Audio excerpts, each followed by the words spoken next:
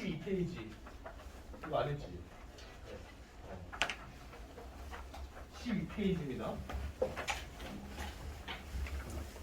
흰 바람벽이 있어라는 작품이에요.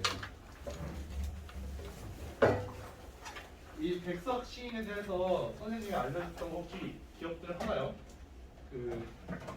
그냥 너무 넘겨버리지 말고 내가 알려준 것들 그래도 조금 기억하면 좋을 것 같은데. 그 백석 시인은 뭐한 시인이었냐면 뭐 공동체에 문제에 관심을 많이 가졌다고 했었죠. 백석 시인의 시에는 국수, 빵, 무슨 국 이런 것들이 많이 나오는데 그런 이유가 이 백석 시인이 그 일본 일제강점기 일본으로 인해서 가족이 뿔뿔이 흩어진 사람이라고 했어요. 그래서인지 그 옛날의 추억을 더 그리워하는 사람이라고 했었죠. 우리가 그것을 남신의주 유동 박씨공방에서 보았습니다. 남신의주 유동 박씨공방에서는 그 옛날에 같이 살았던 부모, 탈슬한 부모랑 이제 아내랑도 헤어져서 혼자 있는데 너무 외롭고 쓸쓸한 나머지 죽음을 생각하다가 갈매나무를 보면서 자신의 삶의 의지를 다짐하는 작품이었어요. 여기서 보이는 이 흰 바람벽 있어는 마찬가지로 그 비슷한 노래예요. 비슷한 노래인데 좀 슬프긴 합니다. 어떻게 보면 되게 슬퍼요. 이 흰 바람벽이 있어라고 할 때 여기 보이죠? 네, 어두워져요? 하나 둘 셋. 앞에 그 흰 바람벽이 있어라고 할 때 바람벽이 무엇을 뜻하는지 아래에 한번 그 선생님이 써놓은 거 볼래요? 바람벽은 방이나 칸의 옆을 둘러막은 둘레의 벽. 그러니까 그냥 요 벽을 바람벽이라고 했는데 옛날 집은 지금 집이랑 달리 단칸방이 집으로 된 게 되게 많았단 말이야. 방 하나가 집이야. 그렇기 때문에 그 방의 벽이 곧 집의 벽인 거야. 그러니까 바람을 막는 벽, 이 바람벽 이렇게 많이 얘기를 했습니다. 요즘은 더 이상 바람벽이라고 얘기하지 않아요. 그래서 바람벽이라고 해서 특별히 얘가 더 찐따 같은 집에 살았다 이런 뜻이 아니라 옛날엔 벽을 바람벽이라고 했다 이렇게 이해하면 좋다는 겁니다. 이 흰 바람벽의 역할을 선생님이 수업 들어가기 전에 먼저 알려주자면 그 흰 바람벽은 마치 스크린 같은 역할을 합니다. 그래서 이 빔 프로젝터로 이 스크린에 뭘 쏘는 것 같은 느낌. 근데 거기에 어떤 글자들이 지나가고 추억들이 지나가고 해요. 다시 말하면 이 친구는 지금 흰 바람벽을 통해서 자신의 추억을 성찰하고 있다 이렇게 볼 수 있어요. 그럼 같이 이제 읽어보죠. 처음에 오늘 저녁 이 좁다란 방의 흰 바람벽에 어쩐지 쓸쓸한 것만이 오고 간대요. 좁다란 방 여기서 우리가 지금 무엇을 확인할 수 있냐면 공간적 배경을 확인할 수 있죠. 이 지금 화자가 놓여 있는 공간적 배경은 좁다란 방이에요. 이 좁다란 방에 바람벽이 흰 바람벽이 있는 거고, 근데 거기 바람벽에 쓸쓸한 것만이 오고 간대. 어떻게 벽에 무언가가 오고 간다고 하지? 아까 선생님이 말했죠. 스크린 같은 역할을 한다고. 그래서 이 흰 바람벽에 희미한 15촉 전등이라고 하는데 15촉 그 예전에 빛의 세기를 밝기를 나타내는 단위다. 요즘은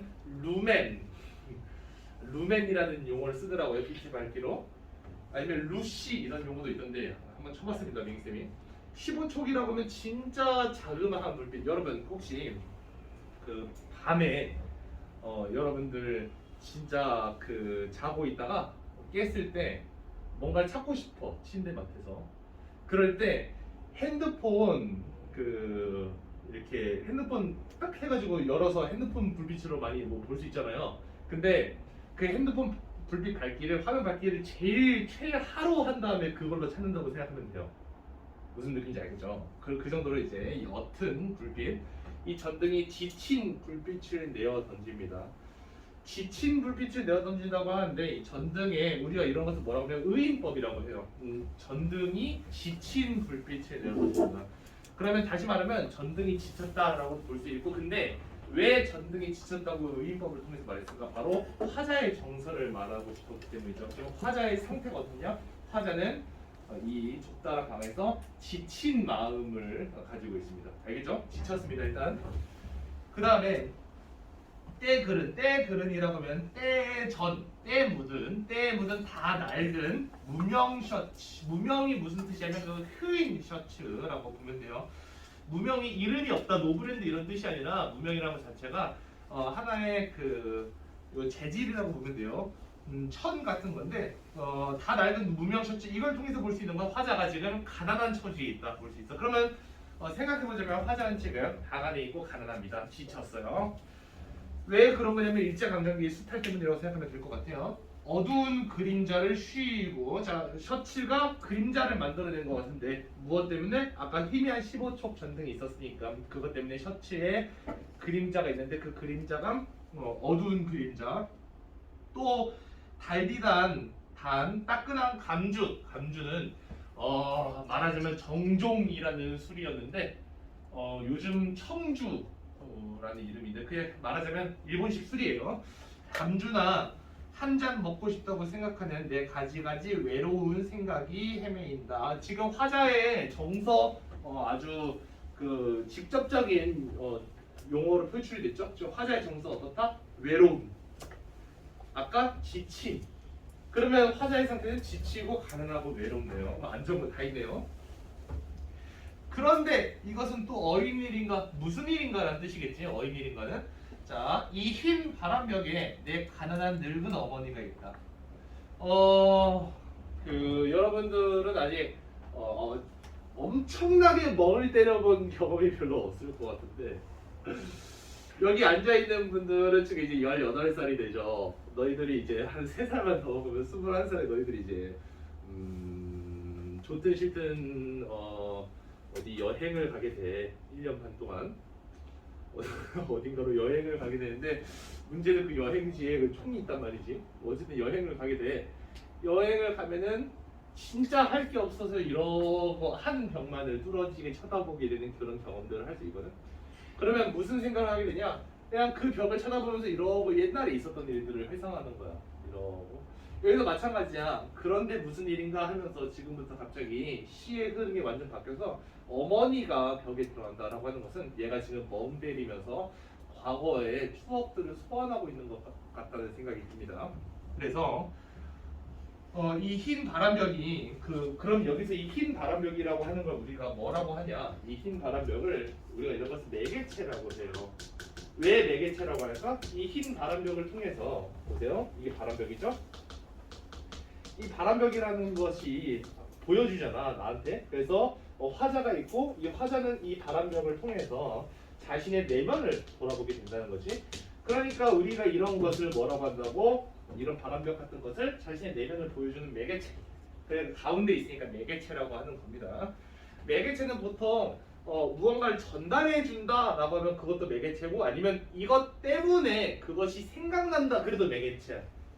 말하자면 아직 배우지 않은 시인데 어떤 눈을 보면서 옛날에 눈을 맞으셨던 아버지가 떠오른다. 그럼 눈은 매개체가 되는 거야. 그러면 진짜 어려운 말 문학 용어로 하면은 과거 회상의 매개체 이런 식으로 말할 수가 있겠지. 그런데 여기서 어머니가 과거에 있을 테니까 과거 회상의 매개체가 마찬가지로 되는 겁니다.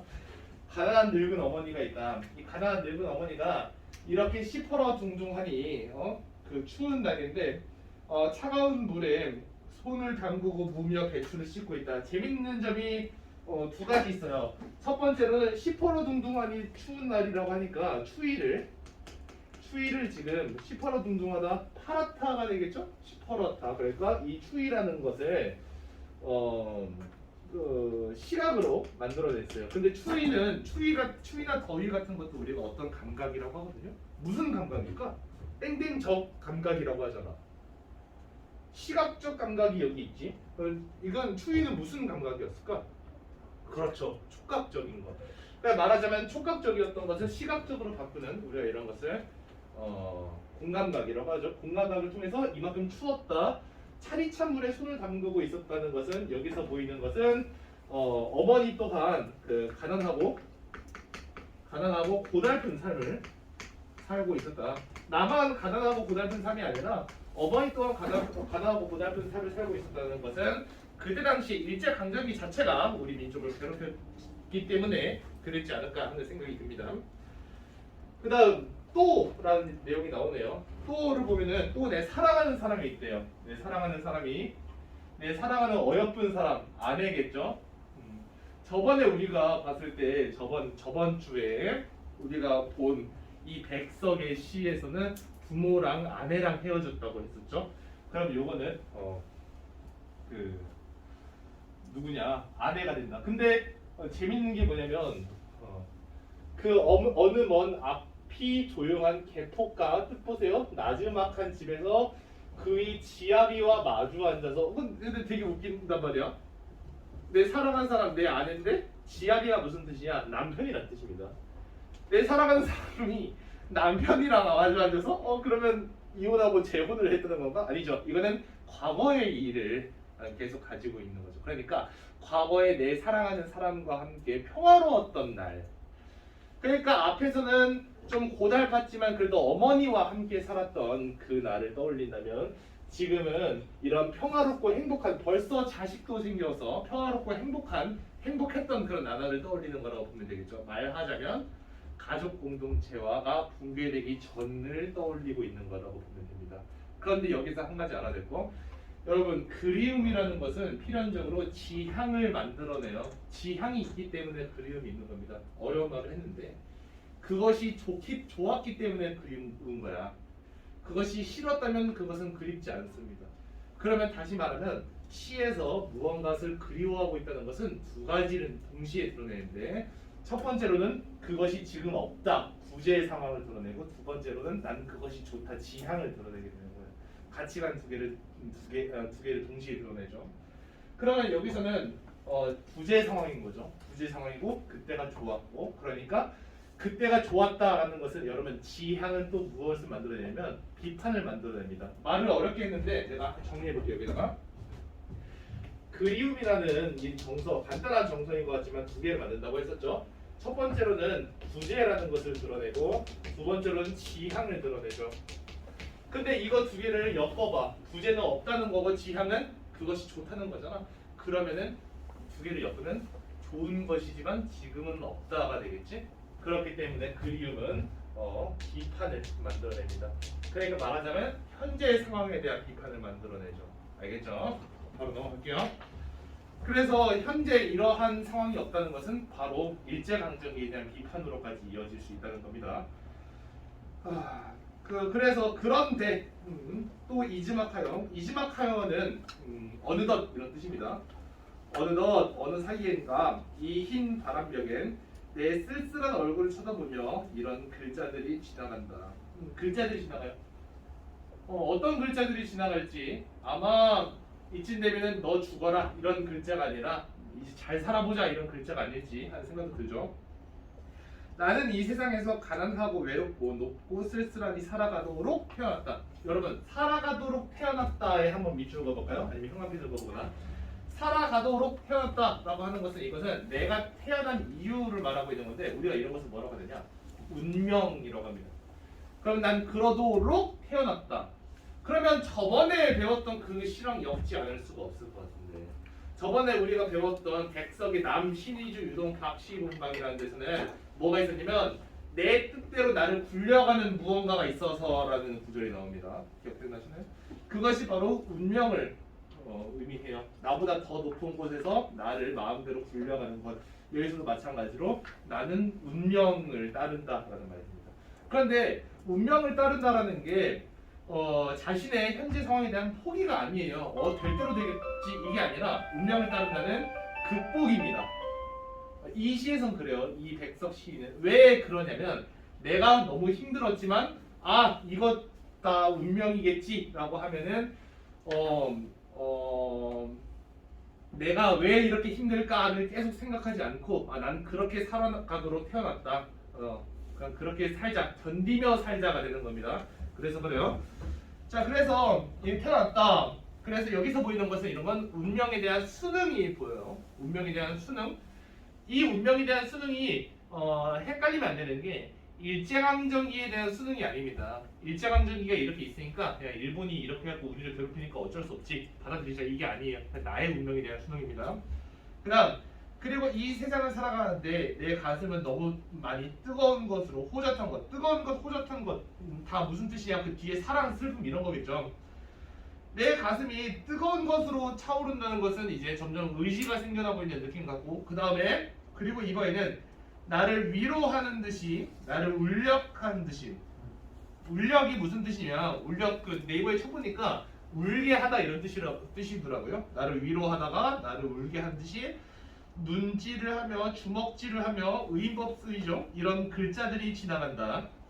하늘이 이 세상을 내일 적에 그가 가장 귀해하고 사랑하는 것들은 모두 가난하고 외롭고 높고 자 높고에 한번 동그라미 쳐볼까요? 높고 쓸쓸하니 그리고 언제나 넘치는 사랑과 슬픔 속에 살도록 만드는 것이다. 자 여기서 보면은 이 높게 산다. 아무리 쓸쓸하고 외롭고 힘들어도 높게 산다는 것이 이것이 고결한 태도라고 말을 하는데 되게 어려운 개념이거든요.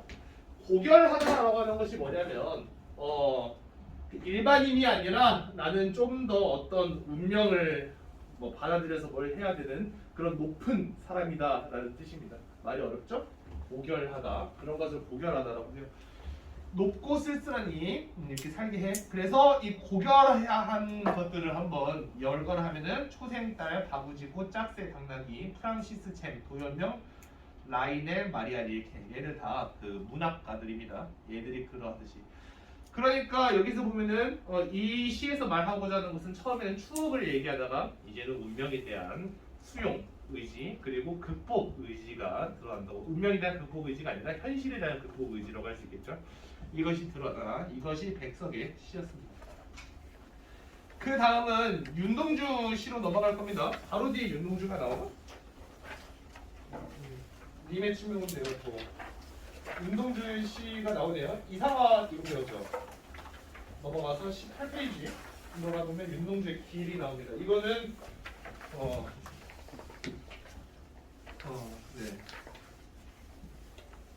되게 윤동주의 시들은 선생님한테 우리한테 무슨 느낌을 주냐면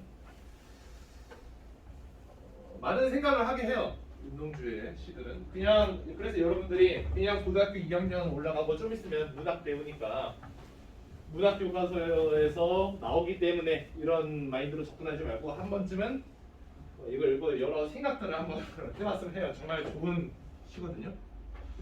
처음부터 볼게요. 잃어버렸습니다 라고 해요. 잃어버렸습니다. 근데 무엇을 잃어버렸습니다가 안 나오죠. 그냥 잃어버렸습니다 라고만 나와. 그래서 여기서 첫 번째로 보이고 있는 기법은 불완전한 문장을 쓰고 있다. 불완전한 문장을 쓰면서 이것을 통해서 무엇을 이끌어내냐? 그 주의를 집중시키죠. 그냥 잃어버렸습니다. 그러고 하면은 무얼 이렇게 묻게 되니까 잃어버렸습니다. 근데 무엇을 잃어버렸는지도 몰라. 게다가 어디다가 잃어버렸는지도 몰라. 참 멘붕하는 상태죠. 어디다가 잃어버렸는지 모르는 건 뭐 알겠는데 무엇을 잃어버렸는지도 모른다니? 어쨌든 뭔가 잃어버린 뭔가 그러니까 말하자면 텅 빈 기분이 드는가 봐요. 그래서 그런 기분이 있어서 두 손이 주머니를 더듬어서 길에 나갑니다. 여기서 나오는 길, 이 길 계속 나오는데 먼저 스포하자면 여기서 길은 좀 뭐라면 내면 그러니까 자라고도 할 수 있겠죠? 자, 성찰의 길입니다. 우리가 길 하면 어떤 상징으로 많이 쓰나요? 나는 뭐 성직자의 길을 걷겠다 아니면은 사회복지사의 길을 걷겠다라고 하면 길은 인생을 뜻하죠. 그것처럼 길이라고 하면은 무언가를 찾아가는 과정. 근데 여기서 무언가가 뭐냐? 그거는 윤동주라는 사람을 떠올리면 쉽게 생각할 수가 있는데 여러분 윤동주 모르는 사람들도 여러 있을 거라 생각합니다. 윤동주 하면 여러분들이 앞으로는 이 키워드만 생각하면 돼요. 그 조각난 자를 합쳐가는 과정에 있는 사람이다. 조각난 자아라는 건 무슨 뜻이냐면 이렇게 생각하면 좋습니다. 내적 갈등이라는 말 들어봤죠? 내적 갈등은 자기 안에서 자아가 둘로 나누어서 싸우는 겁니다. 아, 나 그렇게 했어야 됐어. 아니야, 그렇게 하면 안 됐어. 라는 자아가 싸우는 거죠. 윤동주의 시에서는 늘 내적 갈등이 보여요. 그래서 여기서 보이는 내적 갈등은 아마도 또 시대와 결부해서 읽으면은 난 이렇게 살아야 됐어? 아니야, 난 그렇게 살면 안 됐어. 이렇게 둘이 싸우면서 자신의 자아를 찾아가는 과정, 그것을 길이라고 표현한 게 아닌가. 윤동주를 알면 그렇게 편하게 읽어낼 수도 있습니다. 그다음 니은이라 되면 돌과 돌과 돌이 끝없이 연달아서 길은 돌담을 끼고 갑니다. 자, 그런데 여기서 돌담이 있고 돌과 돌과 돌이 끝없이 연달아 있네요. 여기서 보이는 것은 이 길이 길이라는 것이 끝없이 이어진다고 하니까 길의 공간적인 연속성을 우리가 볼 수 있습니다. 다시 말하자면 길은 저기서 끝납니다가 아니라 길은 계속 이어집니다. 그것을 왜 길이 계속 이어진 거라고 했을까? 왜냐하면 이 자아 성찰이 끝나지 않는다는 것을 나타낸 것 같기도 합니다. 그것을 나타내기 위해서 돌과 돌과 돌이라고 좀 연쇄를 하는 게 아닌가 싶어요. 길은 돌담을 끼고 갑니다. 돌담을 끼고 있다. 여기서 나오는 돌담은 좀 뭔가 분절을 시켜주는 것 같은 느낌도 들지만 일단 뒤에 계속 읽어주겠습니다. 담이 나오죠? 담은 쇠문을 굳게 닫아서 길 위에 긴 그림자를 들이웁니다. 쇠문이 있죠? 이 쇠문을 굳게 닫았어, 담이. 그래서 길 위에 그 긴 그림자를 들이우고 있어. 자, 그러면 여기서 담이라고 하는 것, 이 쇠문이라고 하는 것, 이것이 뭐가 되냐면 장애물이 되죠. 갑자기 말해서 헷갈릴 텐데 여러분, 쇠문이 지금 굳게 닫혀져 있잖아요. 돌담이 있잖아요. 그러니까 말하자면은 지금 길이 있고 돌담이 있어요. 돌담이 있고 여기 돌담의 가운데 뭐가 있냐? 쇠문이 있는 것 같아요. 근데 쇠문이 있고 그 쇠문이 굳게 닫혀 있고 길 위에 긴 그림자가 드리워져 있어요. 자기의 그림자겠죠? 아니면 뭐 쇠문의 그림자일 수도 있고. 근데 여기서 긴 그림자를 들이운다는 것은 긴 그림자를 들이웁니다. 그 결론부터 말하자면 문학 교과서에는 이 긴 그림자를 들이운다는 것이 화자의 절망감을 나타낸다고 표현하는데, 근데 솔직히 공감은 잘 안 됩니다. 화자의 절망감을 나타낸다. 왜 그러냐면은 한 자리에 서서 그 시간이 흘렀다는 것을 나타낸다. 그만큼 쇠문 앞에서 절망하고 있는 화자. 공감은 잘 안 돼요. 그냥 알아만 두세요. 문학 교과서에서는 이거 화자의 절망감이라고 한다. 뭘? 긴 그림자를. 그다음 길은 아침에서 저녁으로, 그 다음에 또 저녁에서 아침으로 통했습니다. 여기 또 연쇄되고 있죠. 아침, 저녁, 거기서 다시 아침. 아까 돌과 돌과 돌처럼 여기서도 연쇄를 통해서 이것은 무엇을 나타낼까요? 여기서는 시간적인 연속성을 나타냅니다. 말이 시간적 연속성이라고 해서 되게 어려워 보이지만 말하자면은 자아 성찰이 끝나지 않는다는 뜻입니다. 그 다음 역에서 돌담을 더듬어서 눈물 짓다가 쳐다보면은 하늘은 부끄럽게 푸릅니다. 자, 보세요. 돌담을 더듬어 눈물 지어. 네, 그러다가 쳐다보면은 하늘은 부끄럽게 푸릅니다. 하늘은 푸릅니다인데 부끄럽게 푸르다는 게 정말 포인트인 것 같아요. 하늘이 푸르는데 그 푸르는 하늘을 보면서 내가 부끄러움을 느낀다는 거잖아. 하늘이 푸르다는 그 사실 자체가 부끄럽다는 게 아니고 하늘이 푸르기 때문에 그만큼 내가 부끄럽다는 거야. 내가 왜 하늘이 푸르러? 저 하늘 너무 찐따 같다 이 뜻이 아니라고. 하늘에 대해서 긍정적인 거고. 그러면 여러분 보세요. 하늘은 부끄럽게 푸릅니다에서는 무엇을 확인할 수가 있냐면 대비를 확인할 수가 있어. 어떤 대비를 확인할 수 있을까? 지금 얘가 하고 있었던 게 뭐니? 길에서 하고 있었던 게 뭐야? 길이 무엇의 상징이라고 했죠? 자아 성찰 과정이라고 했죠. 그러면 하늘을 봤더니 하늘이 부끄럽게 푸르다는 것은 나는 그 푸른 하늘에 비해서 부끄럽다는 뜻이 되겠죠. 그러면 한 번 더 나아가자면 하늘을 보니까 내가 부끄럽다는 것은 하늘이 어떤 것의 기준이라는 건데 그것을 보고 부끄러워졌다는 건데, 그럼 여기서 푸른 하늘이 무엇의 기준이 되느냐? 그래서 하늘이라고 하는 것은 양심의 기준을 나타내는 기준입니다. 이 운동주의 시에서 하늘이 양심의 기준으로 쓰인 시가 정말 많아요. 우리가 곧 배울 시 중 하나인 서시라는 시에서도 하늘에 우러러 그 한 점 부끄럼 없도록이라는 장면이 있습니다. 아니 니마 아까부터 뭐 하는 거임? 자 그러면 계속 나아갈게요. 하늘이 뭐라고 하늘이 도덕적인 윤리적인 기준 아니면 양심적인 기준이야. 그러면 이것 하늘을 보니까 내가 너무 부끄러워. 그러면 돌담을 더듬어 눈물 지는 것 또한 부끄럽기 때문이겠지. 내가 너무 부끄러워. 돌담을 더듬으면서 눈물 짓는 내가 부끄러워. 왜 돌담을 더듬을까? 그냥 앞으로만 가면 되는데 그것은 뒤에 연이랑 이어서 읽을 수 있습니다. 풀 한 폭이 없는 이 길. 자, 풀 한 폭이 없다. 그럼 풀 한 폭이조차 없다. 무엇을 나타내는 것 같아요? 그만큼 삭막하죠. 삭막하니까 이 길은 지금 풀 한 폭이 없다. 생명력이 다 떨어지고 있지. 그러면 시련을 나타내죠. 시련의 길. 내가 자아성찰하고 있는 이 길은 시련의 길이다. 다시 말하면은 무슨 뜻이냐? 이거 일제감정기라고 하지 않았어요? 일제감정기의 자아성찰 자체가 시련이라는 것은 뭐겠어? 일제감정기에 이런 생각을 하는 것 자체가 힘든 일이다라는 거죠. 그러니까 대부분의 사람들은 일제강점기에 일본이 정한 뜻에 맞추어 살아가야만 했어. 그러니까 일제강점기에 나 자신을 부끄러워하는 것 자체가 시련이다. 그러면 이것을 시련이라고 하고 의미를 좀만 더 확장해 보자면 다시 말해서는 내가 이 자아성찰을 하는 것이 일본을 싫어하는 짓이라는 거죠. 그렇죠? 그럼 내가 자아성찰을 하는 것은 무엇을 하기로 자아성찰하고 있다고 말할 수 있을까? 어려운 말이니까 중간 다리 더 나와줄게. 자아성찰은 내적 갈등이라 했어요. 내적 갈등은 두 개의 자아가 맞서 싸우고 있는 거라고 했죠. 난 지금 부끄러워.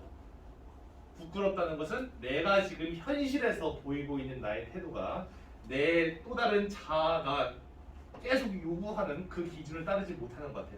다시 말하면 예를 들어주면은 야 임마 너 일본에 저항하면서 살아야지 일본이랑 맞서 싸우면서 살아야지 라고 요구하는 자아가 있는데 그런 걸 우리가 이상적인 자아라고 합니다. 그런 이상적인 자아가 있는데 막상 현실적 자아는 그 조건에 따르지 못하고 일본 보이면 이렇게 숨어서 살고 있는 것 같아. 그러니까 너무 부끄러워. 하늘을 우러러 보기가 부끄럽다. 무슨 말인지 알겠죠? 그런데 그 일제강점기 자체에 이런 자아 성찰을 하는 것 자체가 나한테는 시련이 되는 거죠. 그것까지 이해가 됩니까? 왜 시련이 되는지. 그러면 요 풀 한 폭이 없는 이 길이라고 하면 일제강점기 시련, 일제강점기 이렇게 말할 수도 있고, 그 다음에 담 저쪽에 내가 남아있는 까닭이고. 근데 내가 남아있는이라고 하는데 난 지금 이 길에서 담을 사이에 두고 있음을 확인할 수가 있네. 담을 사이에 두고 있었네. 길이 있고 돌담이 있고 여기에 또 내가 있다라고 하죠. 그러면 여기서 부끄러움을 느끼는 화자가 여기 있죠. 그러면은 저쪽에 있는 나는 내가 있기 때문이라고 하잖아. 그렇지? 저쪽에 있는 나는 부끄럽지 않은 나가 되겠네. 얘들아 그러면 여기서 담이라고 하는 게 뭘까? 이 시에서 담을 가운데 두고 자아가 나뉘어 있어 지금. 근데 어쨌든지가 난 지금 부끄러움을 느끼고 있다고. 그러면 담 저쪽에 있는 나는 이상적인 자아가 되는 거죠. 여기서 내는 뭐라고요?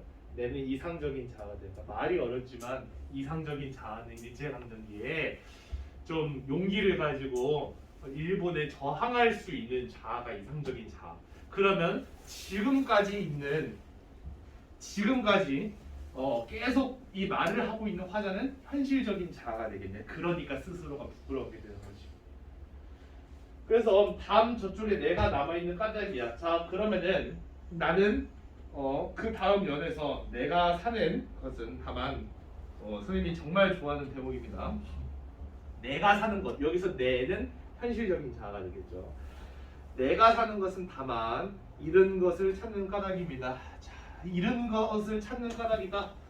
여기서 선생님한테 보이는 건 의지예요. 무슨 의지가 보이냐? 잃어버린 것을 찾겠다는 의지예요. 그래서 잃어버린 것이 뭐냐면 갈등하고 있는 두 개의 자아를 합치겠다는 의지 같아요. 잃어버린 것은 그럼 뭘까요?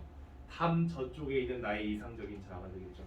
그러면 이 시를 정리하자면 무슨 뜻으로 만들어낼 수 있을까? 내가 잃어버린 것은 저 자아를 잃어버렸다는 거죠. 다시 말하면 난 지금 저 자아가 하자는 대로 일본에 저항하지 못하고 있다가 이 시의 주제가 되는 거지. 오케이? 난 지금 저 자아가 하자는 대로 일본에 저항하지 못하고 있어. 그러니까 자아가 둘로 쪼개진 거야. 자아가 하나라면 현실의 나가 이상의 나를 따르면서 이상적인 행동들을 하겠지. 하지만 난 부끄럽잖아.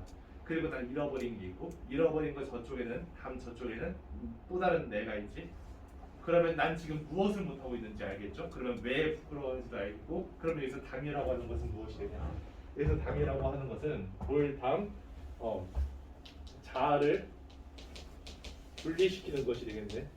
자아를 분리시키는 역할을 하고 있는 게 이 돌담이 되겠고, 그러면 돌담이 아까 계속되죠. 계속되죠. 돌과 돌.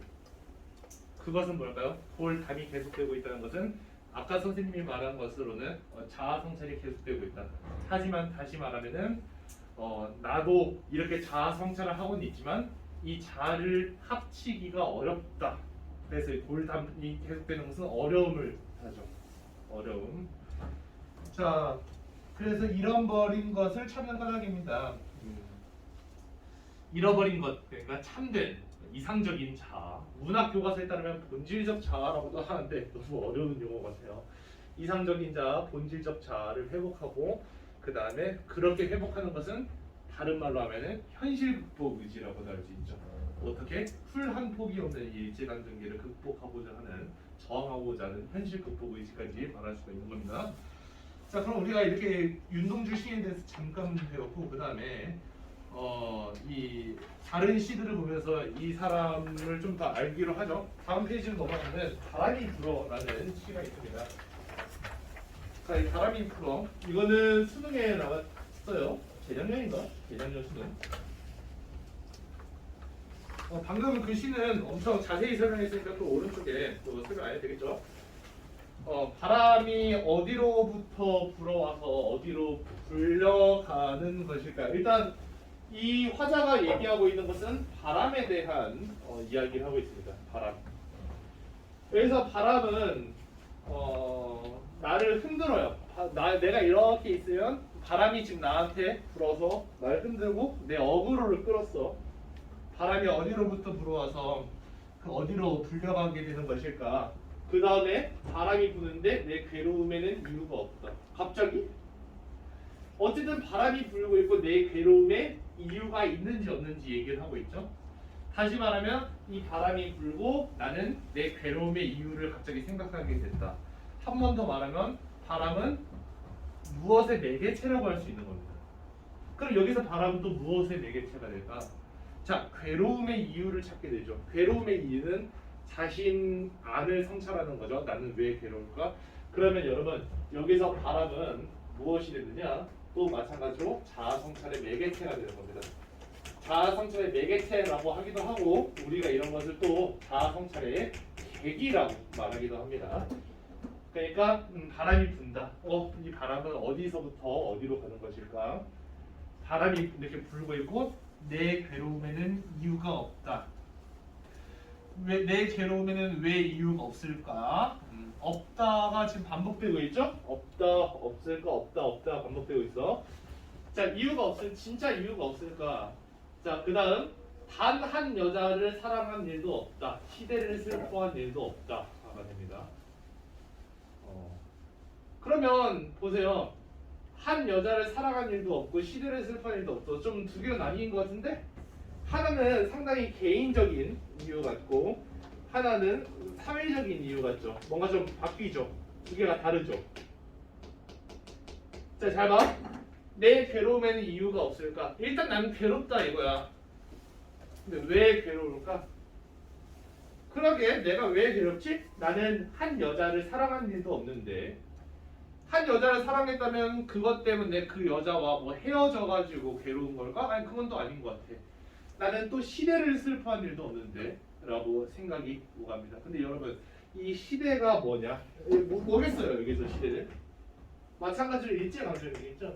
그러면 시대를 슬퍼한 일도 없다라는 인식은 보세요. 시대를 슬퍼한 일도 없다라는 인식 때문에 괴로움이 생기는 거야. 자, 다시 이건 설명을 자세히 해줄 거예요. 무슨 말인지. 여러분, 그 윤동주가 그래도 꽤 배운 지식인이거든요. 꽤 배웠다. 오케이? 꽤 배웠어. 근데 여러분들도 이 정도 배웠으면은 그 일제강점기는 여러분들 초엘리트야. 이 정도 배웠으면 엘리트 계층이라고 이제 말합니다. 어찌든지 간에 윤동주도 배워먹은 사람이야. 지식인이란 말이야. 그러면 시대를 슬퍼해야 합니다. 시대를 슬퍼해야 하는데 지금 시대를 슬퍼한 일이 없다라고 자기 반성을 했죠. 그러면 이 친구는 지금 괴로움의 이유를 찾은 거예요. 난 왜 괴로울까? 왜 내가 괴로운 이유는 무엇일까? 난 괴로울 일이 없을 것 같은데 한 여자를 사랑한 일도 없어. 시대를 슬퍼한 일도 없어. 이렇게 되는 거죠. 내가 괴로운 이유는 내가 시대를 슬퍼하지 않았기 때문이 되는 거야. 알겠니? 반성을 해보니까 내가 시대를 슬퍼하지 않았던 그 사실은 다시 말하면 엘리트로서 지식인으로서 무책임하게 산 게 된 거죠. 난 무책임하게 살았구나. 우리 민족을 내가 좀 지켜줬어야 되는데 내가 이렇게 무책임하게 살았어. 그러게 되는 거야. 알겠지? 그러면 시대를 슬퍼할 일도 없다라고 자기 인식이 됨으로써 거기서 반성을 하게 되는 거죠. 내 괴로움의 이유를 찾아보니까 난 시대를 슬퍼했어야 되는데 시대를 슬퍼한 그런 적도 없었다라는 점이 나를 반성하게 만듭니다. 그 다음 바람이 자꾸 부는데 내 발은 반석 위에 섰다. 반석의 뜻은 넓고 평평한 큰 돌입니다. 혹시 거기 선생님이 뜻 풀이해놨죠? 그죠? 반석은 넓고 평평한 큰 돌. 자, 넓고 평평한 큰 돌 위에 내가 서 있다. 자, 여러분, 넓고 평평한 큰 돌, 진짜 넓고 평평하다고 해보자. 거기에 내 발이 위에 서 있어. 그러면 그 돌이 바람 때문에 움직일까? 안 움직여요. 그럼 여기서는 대조가 되는데 바람이 자꾸 부는데 내 발이 반석 위에 섰다는 건 대조야. 그 다음에 강물이 자꾸 흐르는데 내 발이 언덕 위에 섰다는 건 대조야. 자, 여러분, 이 부분이 중요한 부분이거든. 이 부분은 바람이 자꾸 부는 거랑 내 발이 반석 위에 서 있는 이렇게 대조라니까. 그러면 왜 이게 대조가 될까? 바람은 움직이는 거야. 좀 움직이는 뭐 유동적인 것이라면은 내 발은 움직이지 않고 있어. 강물이 자꾸 흐르는데 마찬가지야. 이것도 유동적인 것이라면은 내 발이 언덕 위에 섰다는 것은 이것은 움직이지 않고 있어. 이것이 수능에서 출제됐었는데 이게 움직이지 않는다는 것은 정체되어 있다는 것이죠. 그러면 움직이지 않는다. 움직이지 않는다. 바람은 부는데 나는 움직이지 않아. 강물은 자꾸 흐르는데 나는 움직이지 않아. 움직이지 않는다는 것은 다시 말하면은 적극적으로 뭐 저항을 하지 않고 있는 자신의 모습을 드러내죠. 그러니까 바람이 분다는 것은 어찌 보면은 시련이라고도 볼 수가 있겠지. 역사적으로 시련이 부는데 나는 편하게 있다. 자, 그래서 여기서 나온 수능 선택지가 뭐냐면 이런 역사적인 흐름에도 불구하고 늘 편안함을 추구하는 자기 자신에 대한 반성, 이게 옳은 걸로 선택지가 나오는 겁니다. 오케이? 그건 일부러 안 끌어놨어요. 자, 그 다음 강물이 자꾸 흐르는데 내 발이 언덕 위에 서 있는 것은 뭐냐? 언덕 위라고 하면 강물과 전혀 관계없는 것 같죠. 위에 있다. 언덕 높은 곳이잖아. 다시 말하면은 민족적인 문제가 있는데 나는 그 민족적인 문제를 계속 회피하고 있구나.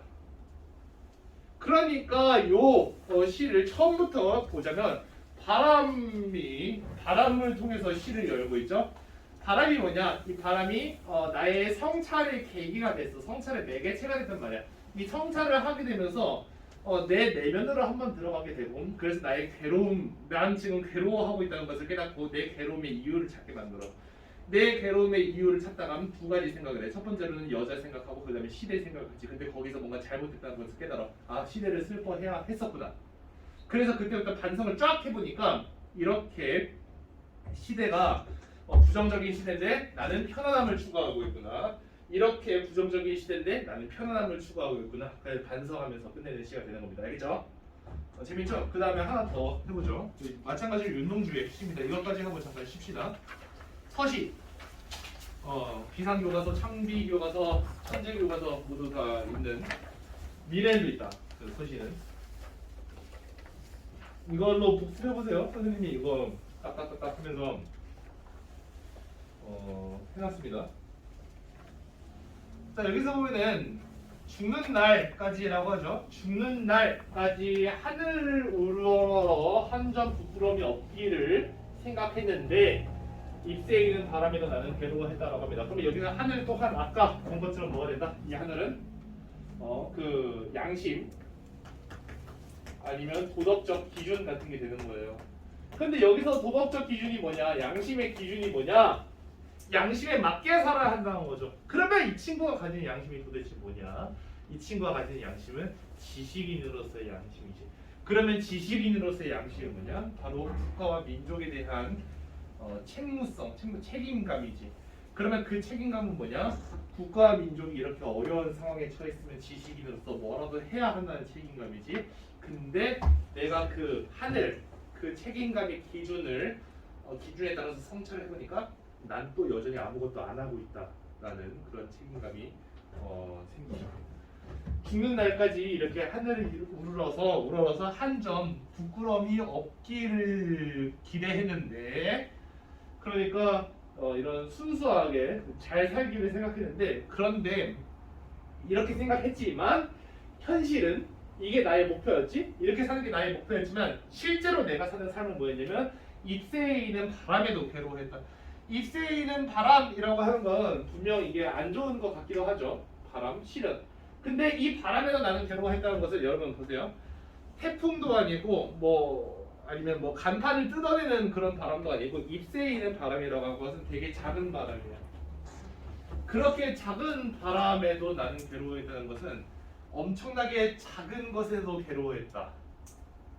그만큼 뭐냐면 내가 평소 느끼고 있었던 그 자기 반성이 강했다는 거죠. 그 좀만 더 깊게 설명해주면 너무 작은 것에도 괴로워한다는 것은 평소 느끼는 괴로움이 컸다는 겁니다. 그러니까 잎새에 있는 바람에도 괴로워했다는 것은 나는 이런 정도의 문장으로 바꿀 수 있는 것 같아요. 나는 늘 괴로워했다 정도의 문장으로 바꿀 수 있을 것 같아요. 되게 대단한 것에 괴로워하는 것이 아니라 아주 사소한 것에도 괴로워한다는 것은 나는 365일 24시간 괴로워했다 이 정도 뜻으로 바꿀 수 있는 게 아닌지. 그 다음 어떤 다짐이 보이죠? 뭐뭐 해야지 하는 다짐. 별을 노래하는 마음으로 모든 죽어가는 것을 사랑해야지. 여기서 별이라고 하는 것은 그것 자체로 이상이 되고 그것 자체로 어떤 소망 또는 순수한 삶이 됩니다. 여러분 그 문학에서 순수성에 대해서 이거는 나랑 같이 내신한 친구들은 알고 있을 것 같은데 한 번만 더 설명해 줄게요. 문학에서 순수하다라고 하는 것은 우리가 보통 생각하고 있는 어떤 순수한 소녀, 순수한 눈망울 이것과는 거리가 멉니다. 순수하다라고 하는 것은 때묻지 않았다라는 것이고, 때묻지 않았다는 것은 그만큼 그 현실에 때묻지 않았다는 것은 그만큼 내가 무언가가 잘못됐다라는 것을 고지곧대로 파악하고 말할 수 있다는 뜻이죠. 어린애들이 선생님 못생겼어요 라고 별 생각 없이 말할 수 있는 것처럼 때묻지 않아 있어야 진짜 잘못된 것에 대해서 이것저것 안 재고 이건 잘못됐어요 라고 말할 수 있는 겁니다. 그래서 문학에서 말하는 순수하다라고 하는 것은 순수한 삶, 순수함, 순수성이라고 하는 것은 다른 말로 바꾸면은 불의에 저항할 수 있는 용기 정도로 바꿔 쓸 수 있을 것 같아요. 그래서 별을 노래하는 마음, 별이라는 것 자체가 반짝반짝 빛나는 순수함, 때묻지 않음. 그러니까 내가 지금 일제에 내가 저항하면 내 와이프를 괴롭히지 않을까? 일제에 저항하면 난 직장에서 잘리지 않을까? 일제에 저항하면 내 자식들이 교육을 못 받지 않을까? 이런 것을 걱정하지 않는 게 순수성인 거예요. 다른 말로 하면은 노빠꾸 노빠꾸 정도 되겠네요. 그래서 이런 이상과 소망, 순수한 삶을 노래하는 마음으로 이런 것을 노래하는 마음으로 모든 죽어가는 것을 사랑해야지. 여기서 모든 죽어가는 것은 왜 죽어가고 있을까?를 생각해보면 늘 시대 현실 생각하지 않을 수 없죠. 그리고 여기서 모든 죽어가는 것은 일제강점기 하에 죽어가던 우리 민족 정도가 되겠네요. 우리 민족을 이런 마음으로 사랑해야겠다라고 하고 있으니까 여기서는 의지와 다짐이 보이죠. 마찬가지로 의지와 다짐이 보입니다. 그리고 나에게 주어진 길을 걸어가야겠다. 여기서 나에게 주어진 길이라고 하면은 이 길은 뭘까요? 좀 부끄럽지 않은 삶을 사는 길, 부끄럽지 않은 삶. 이렇게 개인적으로 말할 수도 있지만 좀만 더 사회적으로 말하자면은 일제에 저항하는 삶 정도가 되겠죠? 일제에 저항하는 삶, 그런 삶을 걸어가야겠다라고 마찬가지로 의지와 다짐을 보입니다. 의지적 태도가 전반적으로 보이죠? 그 다음 오늘 밤에도 별이 바람에 스치운다. 근데 이렇게 의지적인 삶을 살려고 하지만 현실은 늘 어렵습니다. 요것이 이제 그 예시가 하나가 있는데요. 어떤 예시가 있냐면 선생님의 선생님이 그 선생님을 가르친 선생님이 지금 그 서울 하나고등학교에 재직 중이세요. 그 전경원 선생님이라고 나한테 문학과 나한테 문학과 한문을 가르치는 선생님이 계신데 그 신사고 출판사를 만든 사람입니다. 어쨌든 그 사람이 학교 내에서 어떤 사립이다 보니 사립학교다 보니까 부정 비리 같은 게 좀 있었는데 이 부정 비리를 발견했대요. 굉장한 부정 비리를 뭐 이사장의 뭐 아들이 어쩌고 샬라샬라 그런 부정과 비리를 발견했는데 그것을 발견한 날이 하필 학생들한테 이 문학적인 순수성에 대해서 가르친 날이었던 거지. 얘들아 불의를 보면은 우리는 저항할 수 있어야 한다를 가르치고 나서 자기가 그 불의를 봤는데 말을 못하겠다라는 거죠. 학생들한테 그렇게 하라고 했지만 막상 자기가 보니까 가만히 있어야 되나 못 본 척 해야 되나 라는 생각이 인간으로서 어쩔 수 없이 드는 생각이 이 사람도 마찬가지입니다. 이 운동주하는 사람도 지금까지 이 시를 통해서 윤리적인 기준, 도덕적인 기준, 양심의 기준을 설정하고 나는 그 기준에 맞게 살고자 했지만 늘 괴롭다. 자기 반성하고 반성의 결과 의지와 다짐으로 나아가죠. 하지만 그렇게 의지와 다짐을 했지만 그렇게 다짐하고 나서도 현실은 또 늘 새로운 문제죠. 그게 이것입니다. 오늘 밤에도 별이 바람에 스치운다. 별이라고 하면은 소망과 이상, 순수한 삶이라고 했죠. 근데 그것이 바람에 스치운다라고 하면은 시련에 스치운다. 다시 말하면 무슨 뜻일까 얘들아? 나는 이런 삶을 살겠다고 지금 당장 다짐했지만 막상 이렇게 살려고 하니까 너무 힘들다 그 정도가 됩니다. 다시 말하면은 내가 가지고 있는 이 이상이 현실적인 실현에 의해 어려움을 겪는다는 거죠. 근데 여기까지 쓰고 보면은 이런 현실적인 실현에 의해서 오늘도 어려움을 겪는다.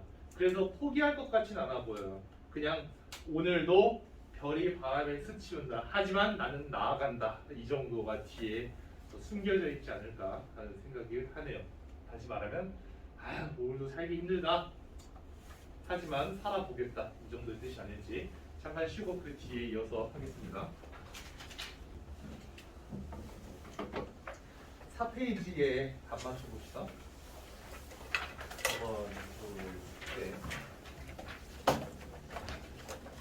1번 문제의 답은 2번이에요. 여기서 색 페이지라고 하는 게 밤 그리고 빨간색이 나오긴 하거든요. 불이 빨간색이고 밤이 이제 검은색 정도가 되니까. 하지만 이것이 대비되면서 시선을 전개하고 있다고 보기 어렵습니다.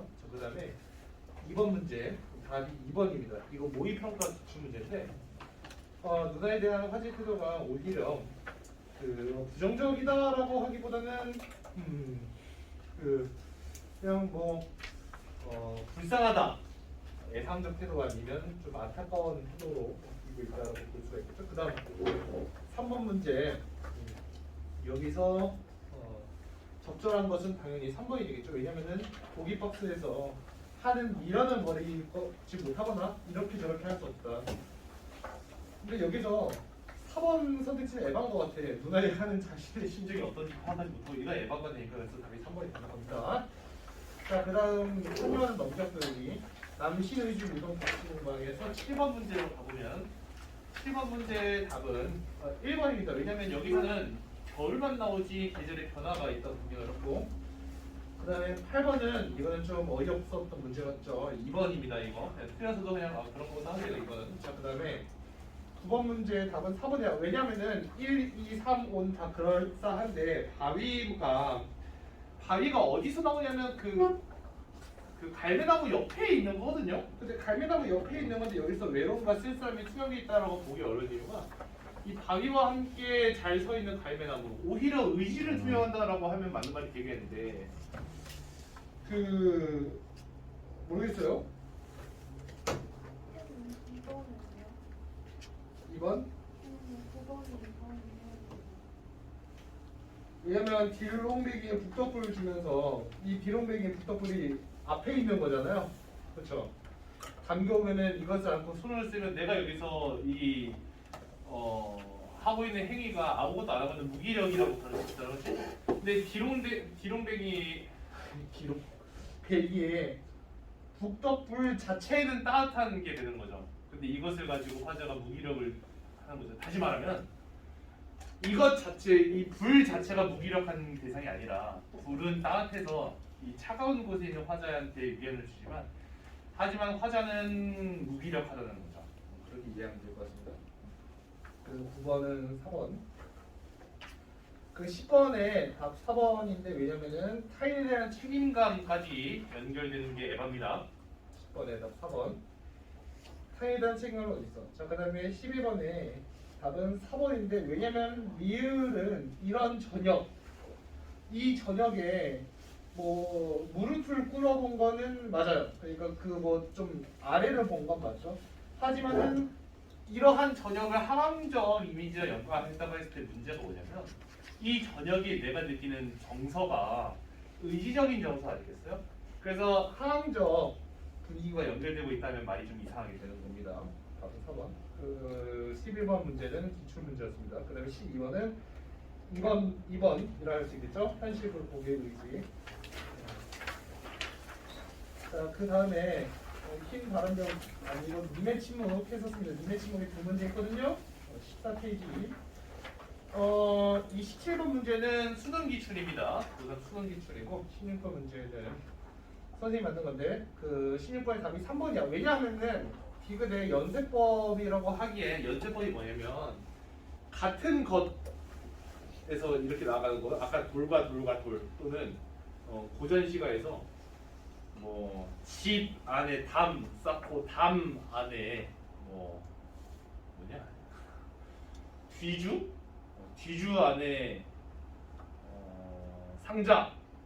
상자에 자물쇠 이런 식으로 계속 이어져 나가는 것. 그러니까 연쇄법이라고 하면은 같은 것에서 이렇게 이어져 나가는 뭔가가 보여야 돼. 근데 여기서 디귿은 연쇄법이라고 하기보다는 차라리 역설이랑 대구 정도가 괜찮겠죠? 역설이 왜 역설인지 알려준 것 같고 여기서 님의 절대성까지도 괜찮은 이유는 이 귀먹고 눈멀 정도로 님이 대단하다. 그래서 절대성이라고 하는 겁니다. 저번에 이렇게 배웠었어요. 그리고 이성아 시 빼앗기 힘들어도 동의 오는 감 16페이지입니다. 17번 안 하시군요. 17번의 답은 2번입니다. 자, 그 다음 16페이지로 가면 18번부터 20번까지 18번의 답도 마찬가지로 1번이야. 왜냐면 봄만 있기 때문이죠. 아까는 겨울만 있었죠. 19번에는 3번인데 왜 적절하지 않냐면 뒤에 강가에 나온 아이는 화자가 말을 거두는 청자가 아닙니다. 강가에 나온 아이처럼 거죠 그냥. 근데 한편 B의 입술을 담은 하늘은 청자가 맞죠. 그러니까 D에 이게 잘못 띄워져 있었던 거죠. 그다음에 20번에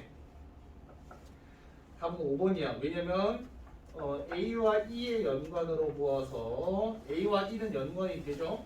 근데 B, C, D가 민중의 처지를 바꿔보려는 적극적인 의지의 소산이라기보다는 뭐라 좀 봄을 맞은 국토에 대한 애정, 또 노동을 하고 싶다. 노동을 하고 싶은 바람 또는 서러움, 뒷부분의 서러움 이런 게 보이지 민중의 처지를 바꿔보려는 적극적인 의지는 보여지지 않는다.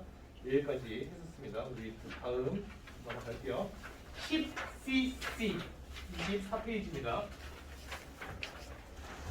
10cc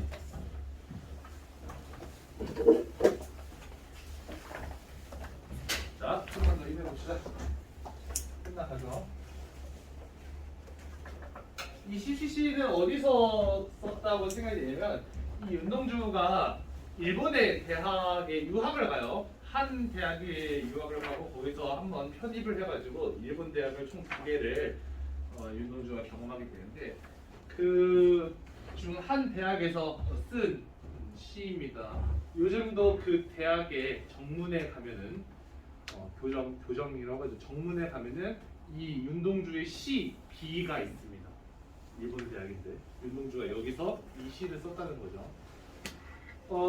쉽게 쓰여진 시라는 말 자체는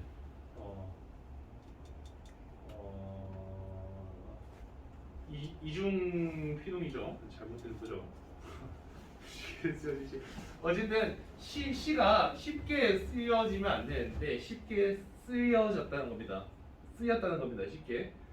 그러니까 얘가 하고자 하는 말이 뭐냐면 인생도 살기 어렵고 시도 잘 안 쓰여져야 되는데 나는 시가 잘 쓰여진다. 그 말이 뭐냐면 나는 시를 쓸 수 있는 환경에 있다라는 소리거든요. 근데 내가 시를 쓸 수 있는 환경이 있다는 것이 무슨 뜻이냐면 너무 평온한 곳에서 그러니까 우리 민중은 저기서 죽어났는데 나는 일본에 유학 와서 너무 평화로운 곳에서 시를 쓰고 있다 이런 자기 반성의 시예요. 알겠죠? 그러면 처음부터 읽어볼게요. 처음에 나오는 거 이겁니다. 창 밖에 밤비가 속살거리고 있어. 속살거리는 것은 조그맣게 이야기하고 있다는 겁니다. 귀여운 표현이에요. 뭐 의인법이 쓰였지만 귀여운 표현이고 밤비에서 보여지는 게 있는데 이 밤비는 밤, 어두운 이미지죠. 그래서 여기서 이게 어두운 시대죠. 어두운 시대 인식으로 보여줍니다. 창 밖에 밤인 거죠. 밤이 어두운 시대가 있고 이 밤이라는 시간적 배경이 참 중요한 것 같아요. 왜냐하면 이 뒤에 아침을 몰고 온다라는 표현이 있거든요. 그러니까 내가 나의 희생을 통해서 이 밤을 끝내고 우리 민족의 광복을 이끌어내겠다 이런 의지가 이 시에서 보여진다고 할 수 있어요. 속살거립니다. 육첩방은 남의 나라다. 육첩방의 뜻을 볼까요? 일본식 돗자리인 다다미 6장을 깐 작은 방 다다미는 이렇다. 자, 그런데 이 육첩방이라는 것 자체가 뭐냐면 일본식 방이라는 뜻이에요. 그러니까 이 말은 뭐냐면 자, 창밖에 밤비가 속살거리고 있고 내가 앉아있는 이곳을 둘러보니까 아 이곳은 남의 나라지. 그러니까 따지고 보면 자신의 현실 인식을 하는 거야. 현실 인식 결과가 뭐냐면 나는 남의 나라에 있다. 근데 남의 나라에 그 여기서 숨겨진 말이 있어요. 현학이 있다 정도가 됩니다. 자, 그러면 근데 여기서 남이라고 하는 거 보니까 그 좀 부정적인 감정을 드러내는 것으로 보이죠? 일본에 있으니까 왜 부정적인지 알겠죠? 일본이니까 남이라고 표현을 한 거겠죠? 그다음 시인이란 슬픈 천명인 줄 알면서도 천명은 운명이라는 뜻입니다. 시인이라는 이런 직업은 슬픈 운명을 가지고 있다. 왜 시인이 슬픈 운명을 가지고 있냐면 비판을 해야 되는 입장이 있기 때문이다라는 건데 무슨 말이냐면 시인, 소설가, 기자 이런 그 글을 다루는 직업들은 옛날에 엘리트 계층이라고 생각이 됐어요. 그러니까 어떤 부정적인 시대가 오면은 앞다투어서 말을 할 수 있어야 하는 그런 직업군으로 생각됐던 것이 이런 글쟁이 직업군인데 그러니까 시인이 슬픈 천명을 가지고 있다고 하는 겁니다. 자기의 삶에 만족하면 안 되고 늘 비판해야 되고 늘 성찰해야 되기 때문에 시인이 슬픈 천명을 가지고 있다. 그것을 알면서도 한 줄 시를 적어볼까? 근데 되게 재밌는 게 그런 줄 알면서도 한 줄 시를 적어볼까? 그러면 슬픈 천명을 가지고 있다가 비판해야 되는 거라며 비판해야 되는 줄 알면서도 성찰해야 되는 줄 알면서도 한 줄 시를 적어볼까? 그럼 여기서 보이는 것은 한 줄 시를 적어볼까가 좀 달갑게 보이지 않는데요? 다시 말하면 난 시인이야. 하지만 그래도 한번 시 써볼까? 이런 느낌? 그러면 보세요. 시인이라는 직업을 가지고 있으니까 내가 뭐라고 했지 아까? 성찰해야 되고 비판해야 되고 이런 목소리를 세상에 퍼뜨릴 줄 아는 사람이어야 된다. 다시 말하면 나는 이건 어떻게 해석이 되냐면 나는 저항하고 있어야 하지만 여기서 한번 꿀 좀 빨아볼까? 이런 뜻이 되는 거예요. 꿀 빨다. 무슨 뜻이에요? 좀 편하게 한번 시 써볼까? 다시 내가 지금 이곳에서 시를 쓰는 것은 너무나도 평화로워. 근데 시인은 원래 그런 존재가 아니야. 시인은 당장 이 한반도에서 민족과 함께하면서 일본에 저항하고 있어야 했어. 그게 시인이야. 그런 줄 알면서도 여기서 한번 저작 행위를 한번 해볼까? 이런 겁니다. 그러니까 이것 자체가 벌써 자기 성찰이 들어간 거죠. 이 자기 성찰이 뭐라고요? 난 너무 편하다. 난 너무 편안한 곳에 있다. 그래서 시인이기 때문에 더 어렵게 살았어야 되는데 그럼에도 불구하고 나는 한번 시 써볼까? 라는 생각이 가능할 정도로 편하게 살고 있다라고 하는 겁니다. 그럼 자기 성찰의 결과가 어떻게 될까요? 부정적이겠죠? 그러면 어떻게 그 부정적인 자기 성찰을 만들어내가는지 보죠. 땀내와 사랑내가 포근히 숨겨져 있는 보내주신 학비 봉투를 받아 누가 보내준 거냐면 부모님이 보내준 것 같아요. 어디서? 고국 조선에서 보내준 땀내와 사랑내가 풍기고 있습니다. 이런 그 보내주신 학비 봉투를 받아서 대학 노트를 끼고 늙은 교수의 강의를 들으러 간다. 내가 지금 읽은 요 연이 세 번째 연, 네 번째 연이란 말이지. 이 3년과 4년은 무엇을 나타내고 있냐면 나의 지금 당장의 현실을 알아봤어요. 내 현실을 객관적으로 보는 결과 3년, 4년은 너무 편하게 살고 있다는 겁니다. 다시 말하자면 이러고 있는 게 아니라 어디 독립군 들어가서 총이라도 장전하고 있어야 되는 상황. 아주 비밀이죠. 자, 시인이다. 시인이면 뭐 하고 있어야 될까? 시인은 옛날에 그냥 어디 앉아서 글 쓰는 글쟁이가 아니라니까 지식인으로서 비판하고 있는 사람이 옛날에 시인이라 했죠.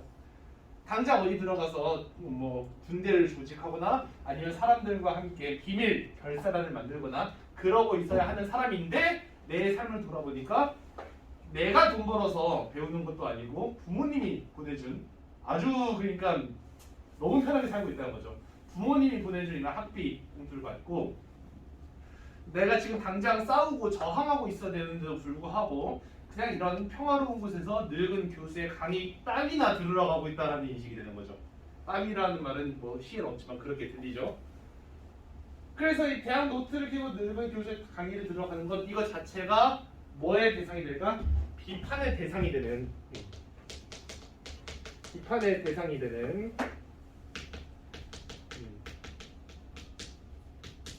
자신의 삶입니다. 자신의 삶을 성찰해 보니까 내 삶은 너무나도 비판의 대상이 된다는 거죠. 나는 왜 이렇게 살고 있나? 그래서 나는 왜 이렇게 살고 있나를 생각을 해보면 어린 때 친구들 영화 동무라는 것을 보면은 본 적 있나요? 흑백 영화인데 동주라는 영화를 보면은 윤동주의 친구들이 어떻게 살았는지에 대한 힌트가 있는데 윤동주의 친구들은 다 좀 과격하게 살았더라고요. 어디 가서 진짜 아까 내가 말했듯이 총 쏘고 비밀 경찰 만들고 희한한 것들 했더라고. 희한한 것들이라고 표현하면 안 되죠. 다시 대단한 것들을 했더라고요, 여러분. 그런데 윤동주는 뭐 하고 있냐? 일본으로 와서 문학 배우고 있는 거야. 대단히 대조되죠. 그러니까 어린 때 동무들이 자기를 싫어하기도 합니다. 윤동주는 걔 뭐 하는 거야? 걔는 완전 일본 편 다 됐나 봐. 싫어하기도 하고 또 어린 때 동무들은 친구들은 그렇게 과격하게 살다가 죽기도 하죠. 그래서 그 뒤에가 그렇게 되는 겁니다. 생각해 보면은 어렸을 때 내 친구들을 하나 둘 하다가 죄다 잃어버렸다. 이 말 또한 난 너무 편하게 살고 있다라는 말과 일맥상통합니다. 자, 그 다음 나는 무얼 바라서 나는 다만 홀로 침전하는 것일까? 침전하다라는 말이 참 신기해요.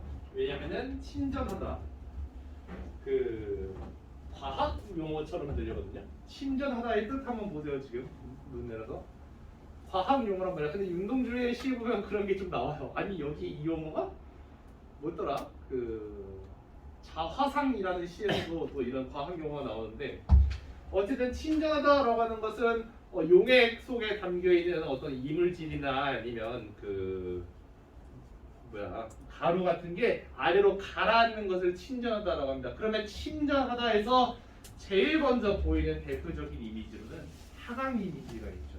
침전하다, 하강 이미지. 근데 이 하강 이미지를 통해서 얘가 드러내고자 하는 것은 무기력한 모습입니다. 그러니까 내가 좀 위에를 보면서 나아가는 그런 모습이 아니라 그냥 계속 쭉 하고 떨어지는 것 같은 이런 무기력한 모습. 의문형 어미를 통해서 자기 비판 그리고 반성을 계속해 나가고 있죠. 의문형 어미를 통해서 나는 무엇을 바라서 이러고 있는 것인가? 그럼 여기서 침전하다 이런 무기력한 모습이 바로 위에 있던 그 두 연. 내가 땀내 사랑냄 그걸 받고 대학 노트 끼고 강의를 들으러 가고 있는 그것이 바로 침전하고 있는 모습이라고 생각이 되죠. 그 다음 인생은 살기 어렵다는데 시가 이렇게 쉽게 쓰여지는 것은 부끄러운 일이다. 이 시의 제목과도 관련이 있죠. 인생은 살기 어렵다. 그러니까 다시 말하자면 이 시대 현실이 너무 살기 어렵다.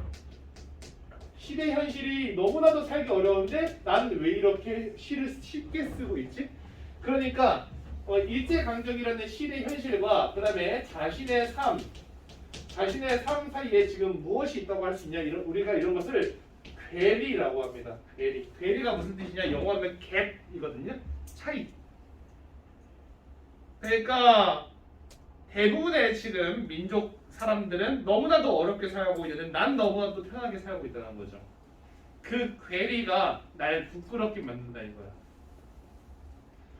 이렇게까지 하고 자기 성찰을 마칩니다. 그러니까 말하자면 맨 처음이 어떻게 시를 썼냐면 창밖에 밤비가 속삭거리고 있고 육첩방은 남의 나라다라고 인식하죠. 그리고 나서 이제 자기 비판, 자기 성찰을 시작하고 자기 성찰을 끝내자 다시 눈을 뜨는 겁니다. 다시 눈을 떴다고 생각할게. 눈을 잠깐 감았다가 다시 떴어요. 그러자 내 눈앞에 보이는 건 여전히 육첩방. 그래서 육첩방은 남의 나라, 창밖에 밤비가 속삭여버려. 아까 그 현실을 다시 인식하죠. 그래서 현실 재인식이라고 하는데 얘들아 현실을 다시 인식한다는 건 무슨 뜻이냐? 여기서의 육첩방이랑 아까에서의 육첩방은 다른 육첩방이 될까? 왜 다른 육첩방이 될까? 같은 공간이지만 다른 인식. 자, 잘 보세요. 아까 맨 처음에 육첩방은 남의 나라, 창밖에 밤비가 속삭거리다고 한 것은 자기 반성을 하기 전이에요. 자기 반성을 하기 전에 현실 인식. 그리고 이것은 자기 반성을 한 후의 현실 인식이야. 그러면 아까 맨 처음에 육첩방은 남의 나라 거기서 뭘 보시냐면 나 남의 나라에 있다 정도라면 지금은 나 여기 있으면 안 된다를 깨달아 버린 느낌이랄까. 다시 현실 재인식을 하는 것은 내가 있으면 안 되는 곳에 있다라는 것을 깨달은 거야. 그러니까 이렇게 육첩방은 남의 나라에 내가 있다는 것을 깨닫고 그래서 이 현실 재인식을 하니까 이제 어떤 다짐을 하게 되겠죠. 등불을 밝혀서 어둠을 조금 내몰고 좀 찐따 같네요. 어둠을 왕창 내몰고 이게 아니야. 그러니까 얘가 자기가 찐따라는 걸 아니까 나는 민족의 태양이 되겠다 이게 아니라 나는 어둠을 조금 내모는 등불 정도가 되겠다가 되는 거죠. 등불을 밝히자. 등불과 어둠 대조되는 거 보이세요? 등불은 밝은 이미지, 어둠은 어두운 이미지, 그 다음에 아침은 밝은 이미지. 그럼 뭐야? 내가 등불이 되겠다라고. 내가 등불을 밝히겠다. 다시 말하면 옛날과는 다른 삶을 살겠다는 거죠. 옛날에는 그냥 이 어두움에 이렇게 편승하는 그런 편승하다는 불법적으로 그냥 버스 타는 그런 느낌이었다면 이제는 내가 이 어둠과는 다른 삶을 살겠다는 겁니다. 오케이? 그래서 등불을 밝혀서 의지예요, 의지. 내가 등불을 밝혀 우리 민족에 도움이 되는 행동을 하겠다는 의지. 어둠을 내몰고 어둠을 내몰고는 바로 우리 민족에게 닥친 일제 강점기가 되겠지. 일제 강점기를 조금 내보는데 내가 어떤 기여를 할 것이다. 그리고 시대처럼 올 아침을 기다리겠다. 그것이 최후의 나다. 최후의 나라는 무슨 뜻이냐면 나라는 말이 아까 그 자아라고 했었죠. 우리는 앞서서 윤동주의 길이라는 작품에서 자아 분열을 좀 봤어요. 정신병 아니죠. 그냥 정신병이 아니라 이때 자아 분열은 그 말을 하자면은 자기와 자기의 싸움인 거죠. 그러면 다시 말하면 나 안에 엄청나게 많은 나가 있다고 해봅시다. 예를 들어서 뭐 또 달달한 커피를 좋아하는 나, 뭐 불위에 저항하는 나, 아니면 대학노트 끼고 강의를 들으러 가는 나, 이런 많은 나가 있는데 제일 마지막까지 살아있는 나는 최후의 나, 그런 나는 이런 나다. 다시 말하면 나는 저 나를 제외하면 다 죽여버리겠다는 뜻인데 여전히 어렵죠. 무슨 뜻이냐면 나 안에 다양한 나가 있다. 그러니까 좀 강한 나가 있고 약한 나가 있다고. 강한 나는 의지적이고 이상을 쫓는 나야. 일제강점기에 저항할 줄 아는 나야. 그 나를 제외한 다른 나는 다 필요 없으니 이제부터 버리겠다라는 겁니다. 그러니까 이렇게 시를 쉽게 쓰고 있는 나도 버리겠다는 거죠. 그러면 다양한 나가 있는데 나라고 하는 것은 다양한 자아가 있는데 그 중에서 가장 최후까지 살아 있어야 하는 자아는 바로 일제에 저항할 수 있는 자아. 이 말을 좀 쉽게 하자면 어려운 표현이었죠. 이 말을 좀 쉽게 하자면 이것만 남기겠다는 거잖아. 그러니까 다른 일은 이제 안 하고 저항하겠다. 이 정도로 하면 엄청 쉬운 표현이 될까요, 여러분? 오케이? 다른 거는 따지지도 않고 이제는 뭐 더 이상 뭐 문학 같은 거 배우지도 않을 것이고 밥도 맛있는 거 먹을 필요도 없고 그래서 그런 거 다 죽여 그런 나를 죽여. 그러면 마지막에 살아남은 자아는 뭐라고? 일제에 저항하는 이런 의지적인 자아. 시대처럼 올이라고 하는 것은 그 희망을 뜻하죠. 자, 시대처럼 올이 무슨 뜻이냐면 무슨 뜻을 해석하면 되냐면 어차피 올 이런 뜻이에요. 다시 말하면 뭐냐면 이런 말을 들어봤을 겁니다. 겨울에 봄은 언젠가 온다. 왜냐면 겨울 다음은 봄이니까. 그것처럼 시대처럼 올 아침은 지금이 밤이니까 반드시 아침은 온다라는 인식이에요. 지금 밤이죠. 그럼 여기서 시대처럼이 무슨 뜻이냐? 여기서 시대처럼은 희망과 기다림 정도의 뜻으로 파악할 수가 있죠. 시대처럼을 희망, 반드시 올 정도로 해석이 된다고. 반드시 올 희망, 기다림 정도. 그다음 그래서 나는 나에게 작은 손을 내밀어 눈물과 미안으로 잡는 최초의 악수. 지금 그러면 나는 나라고 하는데 나에게 작은 손을 내밀어요. 여러분 그러면 잘 보세요. 나에게 손을 내미는 것은 누구일까? 나에게 손을 내민다. 우리 이제 함께하자라고 손을 내미는 것은 그것은 여기서 나랑 여기서 나가 다르죠. 이게 보통 내신에서 헷갈리는 부분이 될 것 같지 않아요? 여기 밑줄 긋고 여기 밑줄 긋고 이 최후의 나는 이상적인 나죠, 여러분. 아까 선생님 말했죠? 최후의 나. 그 이 최후의 나가 현실적인 나에게 손을 내미는 거야. 야, 너 그렇게 살지 마, 임마. 그러니까 여기서 나는 이상적인 나, 여기서 오른쪽에 나는 현실적인 나가 되는 거야. 현실적인 나에게 작은 손을 내밀어. 작은 손을 내밀어서 악수를 한다는 것은 자아가 그 하나가 된다는 거죠. 자아가 하나가 된다는 것은 뭐냐면 최후의 자아로 하나가 된다는 거잖아. 다시 말하면 이상적인 자아로 하나가 된다는 거잖아. 다시 말하면은 내 부정적인 자아들을 다 글로 흡수한다는 거지. 한 번 더 다시 말하자면 이제 내적 갈등 끝내는 거지. 근데 얘들아, 내적 갈등을 끝낸다는 말이 무슨 말이 될까? 내적 갈등이 왜 생겼을까? 나는 그렇게 살아야 하는데 그렇게 살지 못하고 있는 나의 모습을 발견하니까 내적 갈등이 생긴 거지.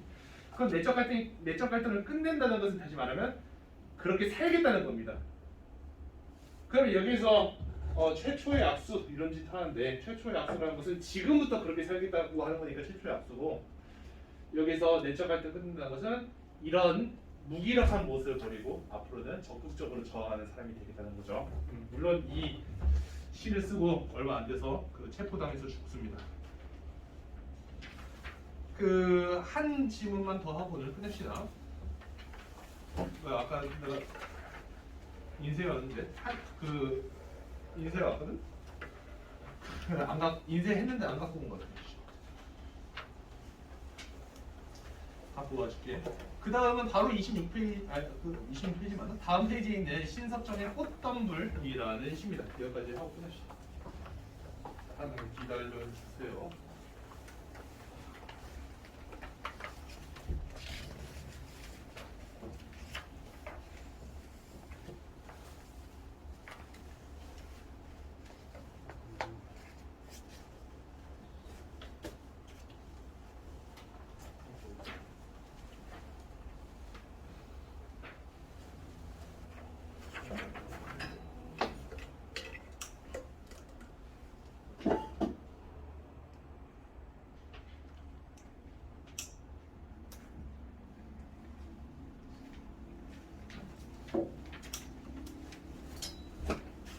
설명은 여기 있어요.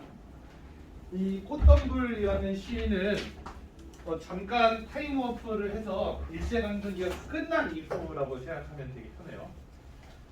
여러분 우리 한국사를 배웠죠? 일제강점기가 언제 끝나냐면 45년에 끝나고 그런데 되게 재밌는 게 45년에 일제강점기가 끝나고 나서 50년에 6.25가 일어나죠? 불과 이제 일본으로부터 해방된 지 5년 후에 우리는 민족과 민족 사이에 싸움을 하게 된다는 거다. 그러면 이걸 생각해 봅시다. 45년에 일제강점기가 끝난 그때 우리 민족의 모습은 어땠을까? 대단히 혼란스러웠어요. 말하자면 왜 혼란스러웠냐면 준비되지 않은 광복이었습니다. 그 한국사를 배우다 보면은 우리 그 광복군 독립군이 그 서울 수복 계획을, 수복이라고 하니까 무슨 6.25 얘기 같은데 그게 아니고 이제 서울을 일본으로부터 탈환할 계획을 세워요. 그 44년인가 45년에. 근데 그것이 결국 이루어지지 못하죠. 그거라도 이루어졌으면 우리 민족이 하나 되는 계기가 있었을 것 같은데, 다시 말해서 그 한국사 때도 배우면서 정말 안타까웠던 점이 너무 많은 단체가 있었어요. 사회주의 진영에서 이거 하고 어떤 진영에서는 이거 하고 부정민주주의 사회주의 그런 진영에서 이거 하고 또 군도 많이 나뉘죠. 뭐 북로 군정서부터 해가지고 왼쪽 오른쪽 그 가운데 다 하나씩 있지 않나. 다시 말하면 화합되지 않은 상태였어요 우리나라는. 왜냐하면은 이념이 서로 달랐기 때문이에요. 이념이 어떻게 달랐냐면 한쪽은 사회주의 진영이었고 한쪽은 자유주의 진영이었다 이렇게 말하면 편합니다. 그때 좌파 우파라는 용어가 생긴 거예요.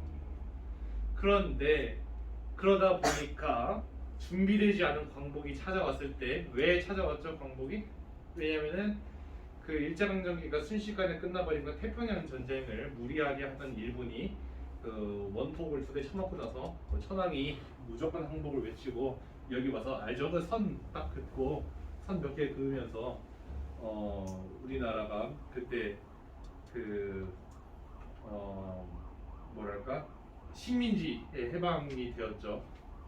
강대국에 의해. 그래서 어느 날 갑자기 찾아온 광복이지 우리가 스스로 이루어낸 게 아니야. 그러니까 우리는 갈등의 씨앗이 광복 후에도 굉장히 많이 남아 있었던 겁니다. 이 시는 그러한 상황을 꼬집는 시예요. 우리한테 광복이 왔지만 그 아까 그 일제강점기를 밤이라고 비유했었죠. 밤이었던 우리한테 광복이 왔지만 어쩐지 아침은 오지 않았구나 이런 식으로 말하는 겁니다. 자, 그럼 읽어볼게요. 태양을 의논하는 거룩한 이야기는 항상 태양을 등진 곳에서만 비롯된다. 그 다음으로 나오는 게 달빛이 흡사 비오듯 쏟아지는 밤. 계속 읽어보니까 그 언제 우리 하늘에 오롯한 태양을 모시겠느냐. 우리 하늘에 태양을 모시다. 태양은 모셔야 하는 주체네. 태양은 좋은 거야 안 좋은 거야? 좋은 거죠. 그러면 이게 일제강점기 있다라고 하면 이때 태양은 뭐가 될까? 우리 하늘에 모셔야 되는 태양. 조선의 국왕? 아니죠. 이때 태양은 광복이 됩니다 여러분. 오롯한 태양을 모시겠느냐고 이거 있지? 이때 태양이 뭐라고? 광복. 그러면 여기서 이거 무슨 뜻이야? 언제 광복을 할 수 있겠느냐고 가슴을 쥐어뜯으며 이야기했다는 거죠. 언제? 이 태양이 뭐랑 대조가 돼? 밤이랑 대조가 되잖아. 그럼 여기서 달빛과 밤 이거는 뭐가 되겠어? 달이랑 밤은 당연히 일제강점기가 되겠지. 그러면 그 위에로 다시 넘어가서 1년에 보면은 태양을 의논하는 거룩한 이야기 할 때 이 태양을 의논하는 거룩한 이야기는 무슨 뜻입니까? 이것 자체가 광복에 대한 광복을 위한 뭐 비밀 모의 정도가 되겠지? 모의 광복을 위한 이야기 하고 있었다. 그러니까 우리 어떻게 해야 광복할 수 있을까 이러면서 비밀리에. 근데 얘들아 그것은 당연히 비밀리에 하니까 태양을 등진 곳 이거 무슨 뜻일까? 어두운 곳. 이건 어떻게 해석해야 될까? 말하자면 이때 태양은 비유적인 의미로 광복이겠지? 이때 태양은 진짜 태양인 거야. 그러면 어떻게 해석할 수 있을까? 우리의 광복을 위한 이런 그 이야기는 지하 같은 데서 숨어서 할 수밖에 없었다. 태양의 빛이 닿지 않은 어두운 곳. 무슨 뜻인지 알겠지? 태양을 등진 곳은 그러니까 외진 곳, 몰래 또는 뭐 숨어서 이런 뜻이 되겠지. 그다음 그래서 달빛이 흡사 비오듯 쏟아진 밤 했지. 그다음 우리는 헐어진 성터를 헤매었다. 성터라고 하면 성이 옛날에 왜 쌓았냐면 우리 국토를 보호하기 위해 쌓았지. 근데 그것이 헐어져 있어. 그러면 헐어진 성터라고 하면은 그 무슨 뜻이냐? 바로 일본에게 침략당한 우리 국토 정도가 됩니다. 헐어진 성터가 뭐라고? 국토. 우리 국토를 헤매면서 언제 우리 하늘에 광복을 하게 되고 가슴을 쥐어뜯어 이야기에 또 가슴을 쥐어뜯어 반복 나와 있죠? 이 반복을 통해 드러내고자 하는 태도는 뭘까요? 바로 간절함이죠. 여기서 반복을 통해서 뭘 드러내고자 한다? 반복을 통해 간절함을 드러내고자 했지. 그러면 여기까지 말하면서 말하고 싶은 건 뭐냐면 야 우리들 진짜 간절했다. 이 정도가 됩니다. 알겠죠? 우리들 이렇게 간절했는데 그 다음 그러는 동안에 영영 잃어버린 것도 있다. 죽었다는 거죠? 왜냐면은 그런 동안에가 뭐겠어? 그런 동안에가 바로 우리의 광복을 의논하는 동안이니까 일제강점기에 저항하는 동안에가 되겠지? 일제강점기에 저항하는 동안에 죽은 사람도 있어. 멀리 떠나버린 것도 있다는 것은 이제 그만하겠다고 포기하고 뿔뿔이 흩어졌다고 했잖아. 그 우리 민족의 역사를 보면은 서간도 북간도 이런 데로 막 러시아 블라디보스토크까지 막 이주를 했어요. 일본의 감시와 세금을 피해서 멀리 떠나버린 것도 그걸 의미하죠. 그런 동안에 몸을 팔아버린 것도 있고 마음을 팔아버린 것도 있어. 몸을 팔아버린 것보다 마음을 팔아버린 게 더 심각한 것 같은데 팔아버리다라고 하는 건 누구한테 파냐? 아마 일본한테 파는 것 같아. 근데 마음을 팔아버렸다고 하는 것은 진짜 변절해버린 사람 정도 되지 않을까? 이게 무슨 뜻인지 알겠죠? 이렇게 변절해버린 사람도 있어. 그런 동안에 드디어 36회가 지나갔다. 36회가 지나갔다는 건 무슨 뜻일까? 36. 10년부터 45년까지 45 빼기 10 플러스 1 하면은 36회가 되거든요. 그러니까 여기서 말하는 36회는 바로 일제강점기라는 뜻이 됩니다. 이런 동안에 일제강점기가 지나갔습니다. 자, 그러면 우리의 하늘에 태양을 모시자고 그렇게 간절했어요. 일제강점기가 지나갔습니다. 그럼 우리 행복해야죠. 하지만 행복하지 않아요. 왜냐? 우리는 또 여전히 싸웠으니까. 우리끼리. 그 얘기가 뒤에 나와요. A국은 다시 우러러보는 이 하늘입니다. 다시 우러러본다. 현실을 다시 인식하죠. 아까 인식했던 현실은 일제강점기의 현실. 다시 우러러보는 이 하늘은 무슨 뜻일까? 독립이 찾아온 현실. 독립이 찾아온 현실을 다시 봤더니 아까 말한 대로라면 분명 해가 떴어야 돼. 그치? 근데 이게 뭐야? 겨울밤 달이 여전히 차. 이 인식이 뭐라고? 겨울밤 달이 여전히 차라는 것은 뭐 다른 누구한테 통치받게 됐다? 그 뜻이 아니야. 여기서 말하는 것은 왜 아직도 겨울밤 달이 차일까? 아직도 부정적인 시대를 살고 있어. 왜 아직도 부정적인 시대를 살고 있을까? 왜냐하면은 우리 민족 내 갈등이 너무 심했기 때문이야. 이 민족 내 갈등은 왜 생겼냐면 바로 이데올로기, 이념 대립 때문에. 그래서 이념 대립을 극복해야 되지 않겠어요? 그게 바로 그 뒤에 오는 봄에는 분수처럼 쏟아지는 태양을 안고 그 언덕 어느 언덕 꽃덤불에 안겨보리라.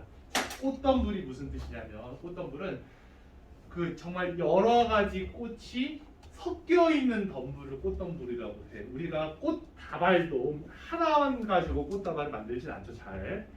그것처럼 꽃덤불 마찬가지로 꽃덤불이 한 뭉탱이 한 뭉탱이에 여러 가지 꽃들이 다 있는 거라고 보면 돼. 그러면 꽃덤불에 안기겠다는 것은 다시 말하면 이것은 화합된 거죠. 민족의 화합된 모습. 민족의 화합된 모습에 아늑히 안겨보고 싶다라고 말하는 거 보니까 이거는 의지 또는 기대가 되겠지. 그러면 여기서 분수처럼 쏟아지는 태양.